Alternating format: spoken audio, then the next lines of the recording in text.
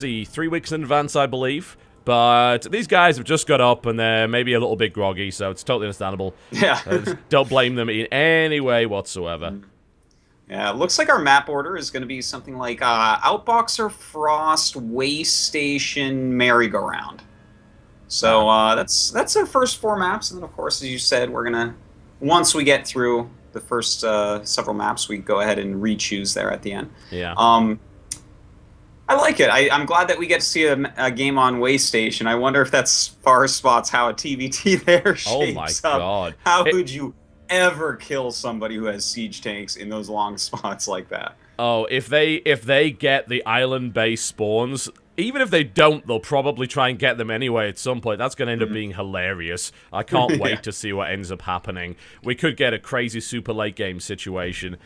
And honestly, we have no idea how long this cast is going to go on tonight. This could, in theory, go on for a very long time, or it could be over very quickly. We don't know. Best of 7 is extremely unpredictable.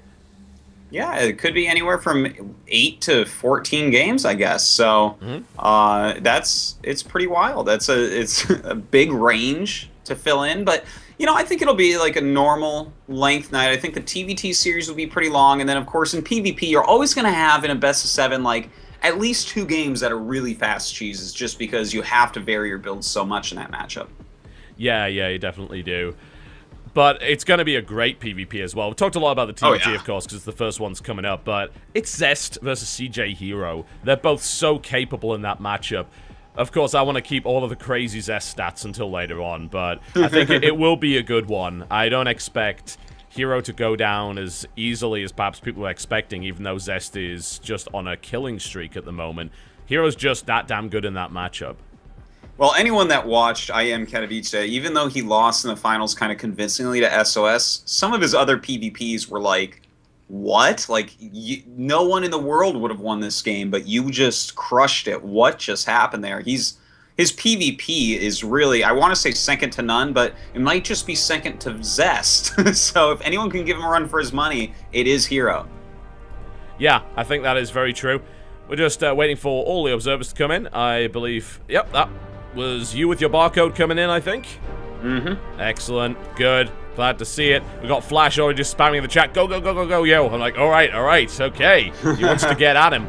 Outboxer will be the first in this best of 7 series. We are ready to rock and roll. It's only CJ Entus and KT Rolster left in this tournament, and they are both fighting for their lives. We could have a CJ versus KT final. We could have a team kill final for either team. That is, of course, entirely possible. And I should remind you, just as a special treat indeed, if you're worried that this will be the only best of 7 that you'll see from these incredible players, you do not need to be concerned. Both of these guys will play a minimum of 2 because there is a bronze match and there is a significant prize difference between 3rd and 4th place, and the bronze match will take place on day 4. Well, that is an awesome thing to see. I'm really hoping there's no team kills tomorrow, but who doesn't want to see Flash versus Zest? So, and no matter how this ends up, it'll be pretty awesome. I would tend to agree. And here we are, ladies and gentlemen. We have arrived at the first map of our best of 7. Welcome to the Sandisk SHOUTcraft Invitational. If you've just tuned in, this is the first time you've seen this tournament, my god, you've missed out on a lot. You need to check out the VODs after this, but don't worry, we have some amazing entertainment for you. To the northwest position of Outboxer. In the orange trunks playing Terran, CJ Entus Bbyong.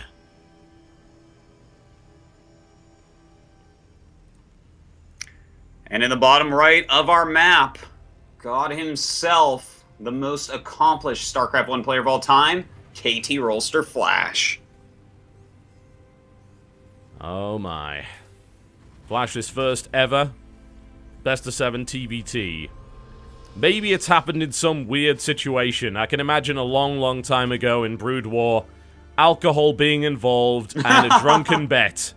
And in the depths of the team house late at night, 2 players battle for supremacy and their honor. But it was never televised, there's no proof it ever happened, so this is a first. Indeed it is. And if that did happen in Brood War, Flash crushed the nerd, because probably. This guy, he's the greatest there ever was in Brood War, and you can't deny it, you can't argue it, and if you try, you're ignorant, because he was just God mode. And he's not there in StarCraft 2 yet, but damn is he close. One of the top-ranked players in Pro League. Really, Bbyong is one of the only Terrans that you can count on to actually fight evenly against Flash. Yeah. The amount of hype around Flash in Pro League up to this point has been justifiable. The amount of hype around him outside of Pro League, maybe not so much. But this is one of the first times where Flash is actually putting his foot down and saying, no, seriously, I am for real. This is going to happen. His performance was actually a shock to many people in Group A of this tournament. Yeah, well, Group A was really the group that stood out a little bit bigger than Group B as far as skill goes. I think most people would agree. And the way that Flash just kind of dominated it, I was surprised. Like, going in, I'm not sure if I really thought he was going to make it through. I think I was really thinking Hero and Life, but Flash surprises. And here he is. He definitely is a favorite to take this tournament. In fact, if he beats Bbyong, I think he is going to win. I think Zest would certainly be a massive obstacle for him, but I don't think it's impossible for him to beat a player like that. If I recall correctly, this week he's actually only playing Shine in Pro League, isn't he? So he doesn't even have to worry about revealing any kind of strats. Yeah, that's really good to hear. And that's actually a grudge match as well, because Shine is the one that very surprisingly knocked him out of Code A this season. So that'll be a good match as well. Yeah, that's true.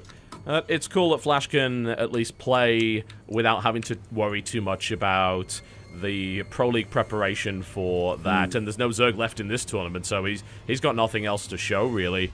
And that's great news for him.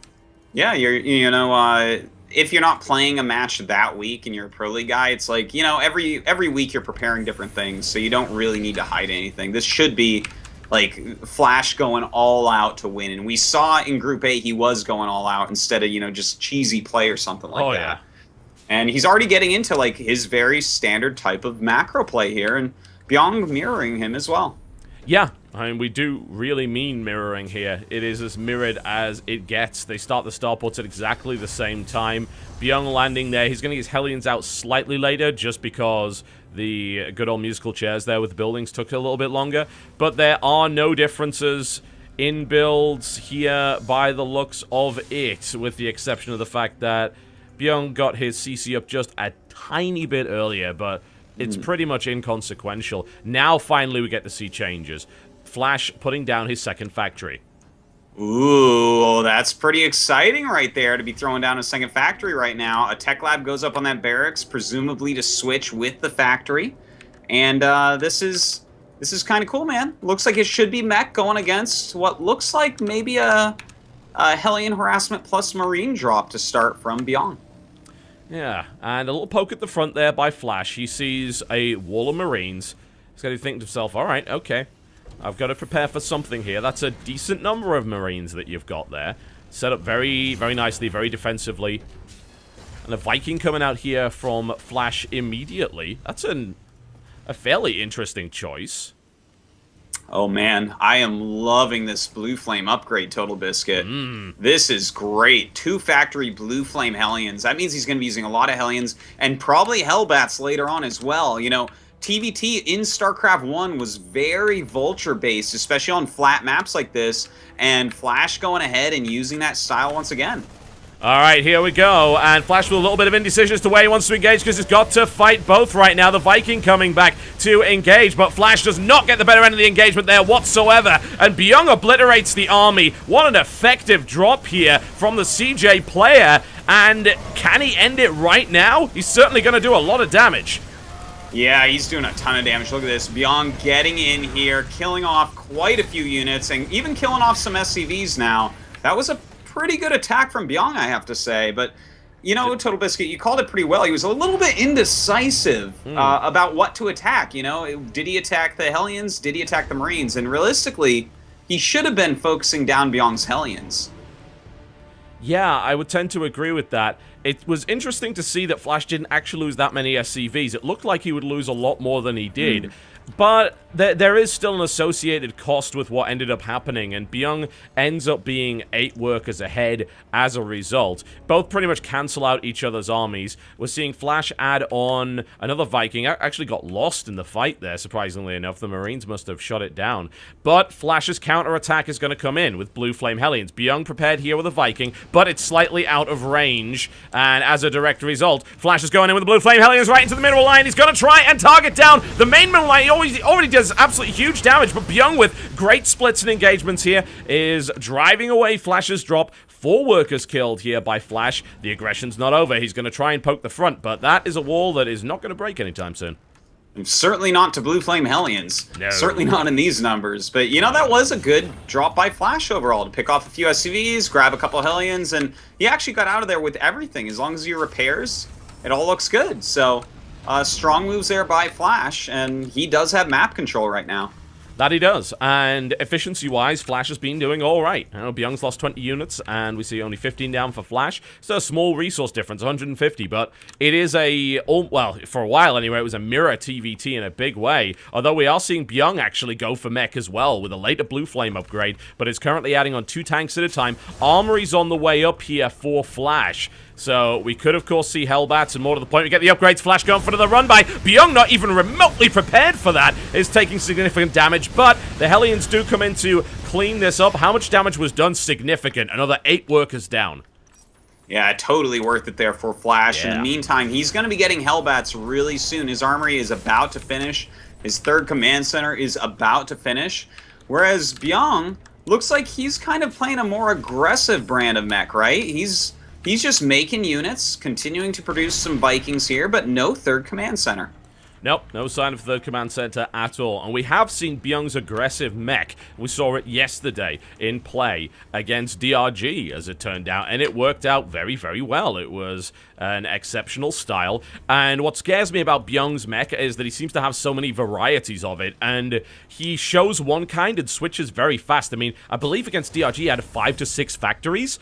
So he did this bizarre tech switch, which is the kind of thing you usually only see from Protoss. It was incredible to watch, and it really caught DRG off guard.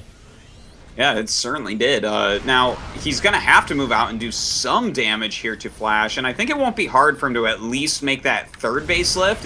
Flash is going to spread himself a little bit thin here, I think. You know, this is a big amount of area to actually cover with so few siege tanks. Yeah, I'm a bit concerned because there's currently 5 units out on the map here for Flash. Flash does get the consolation there on the 3rd, or at least prevent it for a while. There's 2 Hellbats in that medevac over there. This has actually forced Bbyong to swing around to the top side of the map, which means that Flash gains a bunch more time and also gains information on what's coming at him. He sees the arm. He's going to lose 2, maybe 3 Hellions for his trouble.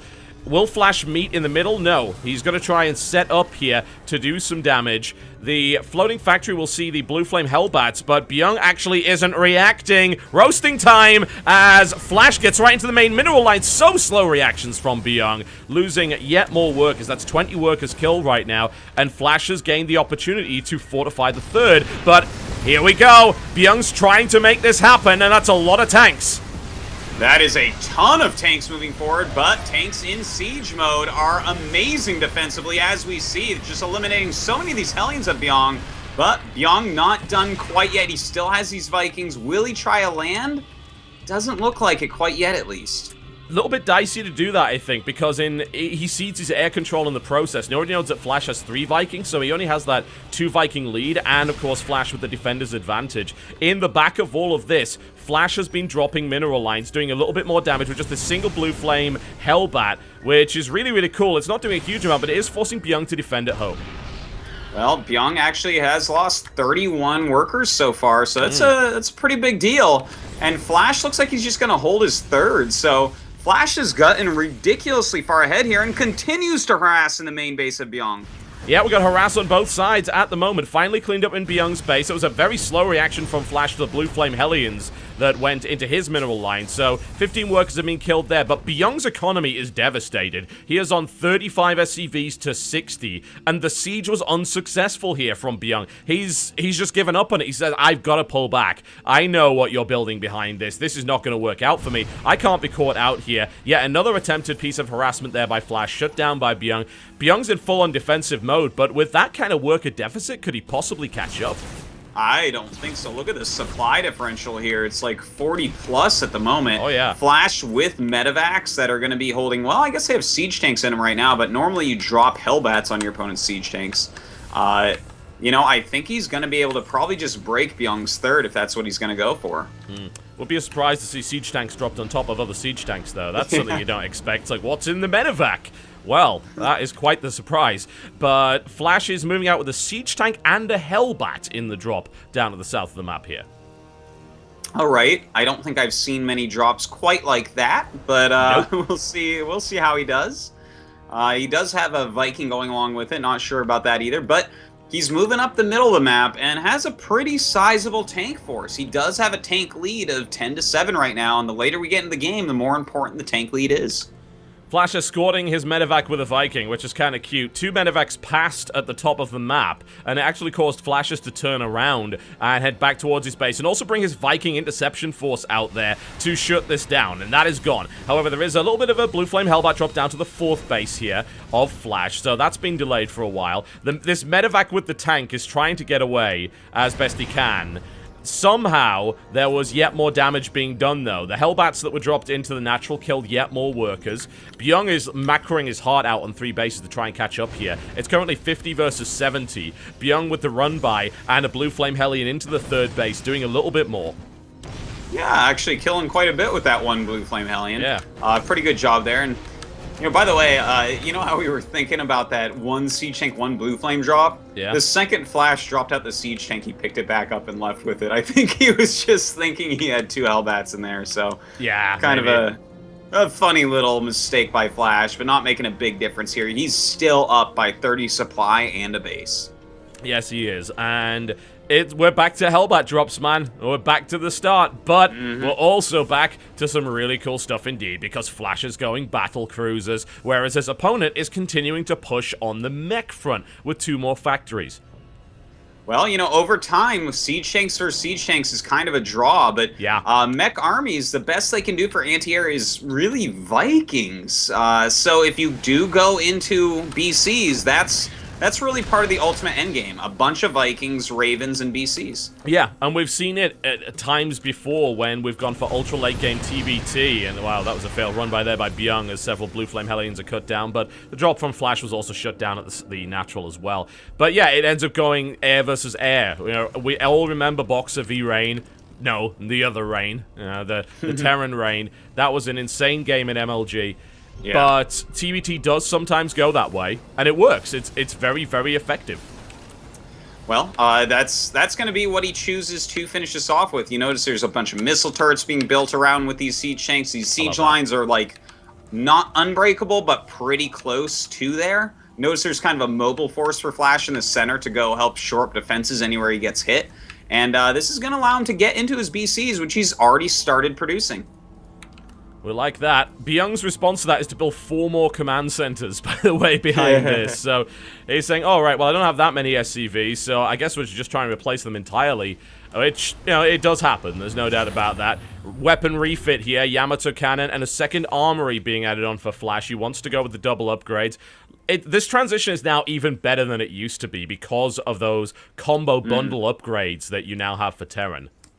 Yeah, that's actually a very important thing to note, because even back in the day, as we keep talking about, when it was mech versus mech and you'd eventually see BC, you know, you had to separately upgrade for those battle cruisers. But these things are going to have upgrades. Hold on, though. We have an attack coming in here.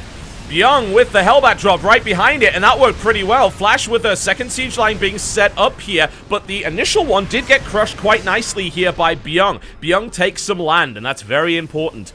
It is a land war when it comes to TVT. It's extremely vital, but certainly doesn't crush Flash's army. It just forces Flash to go back, and I think Bbyong wanted to do that so that he could think about securing that 4th base. That's what he's trying to do, but the thing is, Flash has already realized that's what's going on, and he's starting to kind of swing his siege line around to the south here. Yeah, he's getting into a new position, kind of guarding his fourth instead of setting up a contain. Yeah. And Bbyong, will he actually try to break this with that many Vikings? I don't think so. That could be suicidal. It could very well be. He's going for it. Oh, good lord. Most of the Hellbats died in the air before they even went down, but it was enough to break the initial siege line. There is a Thor behind this. The Viking war is real. Where are the Ravens? They're not actually even out yet. And Bbyong may very well be able to break this. There aren't quite enough tanks for Flash. Yeah, looks like he does lose the air war, but wins that ground battle. The thing is, the battle cruisers are out, so the fact that he lost that air war means that Flash is actually okay. Yeah. Because he is going to be able to hold this off with the BCs. Yeah, it really does mean that. There's going to be 5 battle cruisers out very, very soon. The Vikings are in the air for Flash, and they're not in the air for Bbyong, so these tanks suddenly don't really become that meaningful. Bbyong's response to this, after seeing the battlecruisers, oh, right, I'm not prepared to make that transition myself. I'm too far behind in that tech respect. I will start it, but my answer is going to be Thor's for the time being. Well, right now we have a funny little battle with a Thor over here on the other island, and ooh. Oh, Flash ruining the battle there. Playing a little bit unfair brings battlecruisers to a Hellbat fight. Indeed he does, and we'll be able to take out that Bbyong command center, but let's not forget Bbyong made quite a few of those. Losing one is not a huge deal right now. No, it is not. That was really, really cool. We're already seeing, if this is the caliber of the rest of this TVT series, then this is going to be my series of the year, man. I love TVT, at least watching it anyway. And these are two masters at work here. As it stands, the Thor count for Bbyong is not that high. It's good enough to really threaten those Vikings at the front, but you want to kill battlecruisers with that? You're going to be tickling them. Even with the high-impact payload, you need a lot more to make that work. Yeah, Thors do not have a good matchup overall against BCs, so we're going to have to see a lot more Vikings out of Bbyong, but you know what? Taking control of the ground is okay for a bit. If he can just secure some more bases and really get his economy going, but another nice Hellbat drop by Flash, and even a planetary won't stop the SCV carnage. Oh, feel the rhythm, feel the rhyme. Getting up, it's Hellbat time, says Flash. He obliterates that mineral line quite nicely. And even Bbyong actually taking some bad trades up to the top. Flash's missile turrets seem to be just that little bit extra effective. He lost, I think, 2 Vikings and a medevac filled with Hellbats to stationary missile turrets that had no actual defense. So that's a bit of a mistake there from Bbyong. I don't even think those turrets have high-sec auto-tracking, actually. No. No, I don't think they do, so that's really weird. But it's interesting to see how Bbyong is attempting to deal with this, because Flash now has 7 BCs. These are BCs that are about to have +3 weapons, and he's working on +2 plating as well. He's adding the Ravens in there, which is, maybe that's the key thing. A great little run by there by Flash once again. Bbyong gets this around with the planetary, which is good.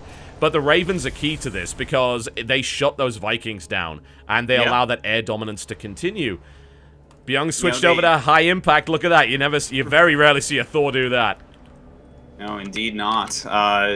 This is pretty exciting for Flash, I have to say, because his unit composition is becoming like the ultimate one, whereas Bbyong's is the panic one. Yeah. And when you start seeing mass Widow Mines pop out in a TVT like this, it's because the player making the Widow Mines is behind, and he knows that he just needs to get a really good engagement with those Widow Mines. Yeah. And that can happen. You run a bunch of those under, they don't really have the highest priority for your opponent's units to attack. So sometimes you get an insane burrow, and just the ridiculous damage output of the Widow Mines can change the battle into your favor. Oh yeah, it can. The main problem is you're rolling the dice on that, because in a battle of that size, you generally can't control those Widow Mines. You've seen players be able to micro Widow Mines before. There are a few tricks to it. It's not as easy as it sounds, but maybe like if you're in a probe line, you can do that. When you've got 12 of them and there's a 200 army floating above you, you're not going to get much control. So it's like, how good is your dice, Is it going to connect with what it needs to connect to, or isn't it? Because if it doesn't, well, you got to wait 50 seconds and the fight's going to be over by then. That's for sure. In a single scan, that'll be cleaned up in seconds. So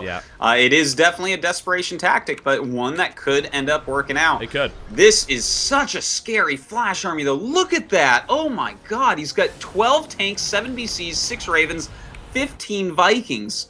That is so hard to break with anything, Terran. Yeah, it's the Ravens that really make the difference here, because you might be looking at Bbyong's unit counting station saying, oh, he's got the Viking League. Doesn't matter. PDDs are in play for one player and not for the other. And here it is. Look at the Widowmiser boring beneath the battle cruisers. Will they get the connections they need? And they don't, I'm afraid, by the looks of it. The Vikings still alive. The battle cruisers, for the most part, still alive, trying to target down the Thors with their high-impact payloads. The tanks are gone, but of course that means Bbyong's tanks don't do anything. The battle is in the sky now, and Flash is winning that battle. Oh man, that is a huge moment for Flash. Bbyong almost broke through there. He did kill the ground units, of course, but the flying units really are what matter, and Flash just has a superior army right now. More and more Widowmines, more and more Vikings being created from Bbyong. If he can still wipe out all these Vikings and BCs, he has a shot. I don't even know what's going on at the top of the map. Flash put like a proxy planetary, and then Bbyong landed a barracks next to it, and it was this really silly building fight. But whatever's happening at the moment is certainly far higher level than I could ever understand. The Widowmine's trying to burrow below the battle cruisers once again. Flash does not split, loses one. A second volley of Widowmines goes off, but there's a couple of Yamato cannons in response. Take out 2 tanks in the process. There are still 2 battle cruisers remaining, 3 more being added in here, plus 3 plating coming in. But the key factor out of anything else, the number you need to be looking at right now here is 14. That's the Viking count for Flash versus 4 here for Bbyong. That's true, but Bbyong is producing 8 Vikings at a time. It's pretty rare that you can say something like that. He's got 4 starports, 3 reactors, so he may be able to pull ahead in that Viking count. He's got to keep fighting, keep his bases till then, though. Lands all these Vikings, a lot of damage done to him, and Bbyong continues to press forward. He's trying, man. As you were saying, 8 Vikings at a time. When does that ever happen? Flash still has air superiority. He's the single battlecruiser that is going to town, but 3 more come in. A new squadron from the south will obliterate the tank count on the ground yet again. Flash maintains air superiority, although he is producing less Vikings than his opponent, and his Ravens are gone. Without those Ravens, if he's producing less Vikings, eventually he'll lose the air battle. So this is an issue that Flash is going to have to deal with pretty soon. I think he's unaware of just how many Vikings Bbyong is making at a time right now. I don't think anyone would necessarily predict that number. You know, you're building 8 Vikings at a time is not something that has been mentioned in a StarCraft cast, I think, for a very, very long time, if ever. So that might even be another first that we've had. I've never seen that many Vikings being built at once. That's insane. And no, Flash, normally it's 4 to 6 in a situation like this. So, I mean, Bbyong really has put in the time and effort, and that Viking count is tied up. But there's still battle cruisers for Flash. There is. Yamato Cannon will be useful, of course. The Widowmine count is pretty much gone now, so Bbyong seems to have given up on that idea. Doesn't like rolling the dice there. He is going for some run-bys, but there's just defensive lines here for Flash everywhere. Missile turrets and siege tanks on the ground. He's almost unassailable in that regard. He's taking yet another base. This would be 1, 2, 3, 4, 5, 6, 7th base here for Flash. And his Air Force is still looking pretty good, but Bbyong's Viking count, man, it's getting scary. But this is what I want to see from Flash. He's restarted Raven production. He really does need it, too. He keeps scanning to see where the Vikings are and how many there are. And in this case, there are more for Bbyong, so he's got to be careful about that. Flash has 1 more armor upgrade, which is nice. But these Vikings can out-micro this army of Flash. Yeah, that's very true, and there are no Ravens in this fight at the moment, and here we go. Stutter Step Micro, almost one-shotting a battle cruiser. That's just how powerful this Viking force is. Now it's Viking on Viking. Will Flash actually have the numbers? He brings BCs behind, doesn't want to get them near those Vikings, and I don't really blame them. We're going to see a lot of dead SCVs here. We need to see those Ravens as well, but Flash is losing the air battle for the first time in this game. Oh man, so many Vikings from Bbyong, close to his rally points as well, but Flash does have superior supply still. Maybe the air battle isn't it. Maybe Flash can still break through on ground, because only Vikings are not as good as Vikings and BCs. Yeah, that is very true, and it would be a crazy transition indeed if we saw Flash go back to ground mech, because it is not what Bbyong is capable of dealing with. Even though Bbyong is winning these battles, which is awesome for Bbyong, his economy's been way behind. He just dropped the sickest mule hammer here up to the top, and we're seeing awesome harass, actually. Auto-turret harass has gone down to kill all of those mules. A fantastic choice, really, and they are killing quite a few of these mules, really hurting Bbyong's economy quite a bit. Oh, yeah. In the meantime, the Vikings continue to chase Flash down, and he is eliminating quite a few. Let's not forget, he does have that one additional armor upgrade, and that's changing the battle quite a bit into his favor. Man, Flash actually had no right to almost win that fight, but you saw he was target firing individual groups of Vikings. That was no A move. He saw those red health guys, and he took him out. And now... oh, wow, it doesn't matter. We saw the tanks marching forward and said, here comes the next phase. Bbyong says, no, just end it now, please. I can't bear it anymore. GG indeed. Flash puts one on the board in his best of 7 here versus Bbyong. What a brilliant starter tonight. Really, seriously, a good first game. That could be the game of the series right there. Very close, some great mech play, some great battle cruiser switches there from Flash. And, you know, I love that Bbyong really kicked up that Viking production so much. It was his one big chance to come back, but Flash just barely had too much all the time. Yeah. Oh, man, Flash played a brilliant TVT there. Bbyong was looking pretty good as well. The fact that he got so far economically behind, he was still able to trade blow for blow with Flash.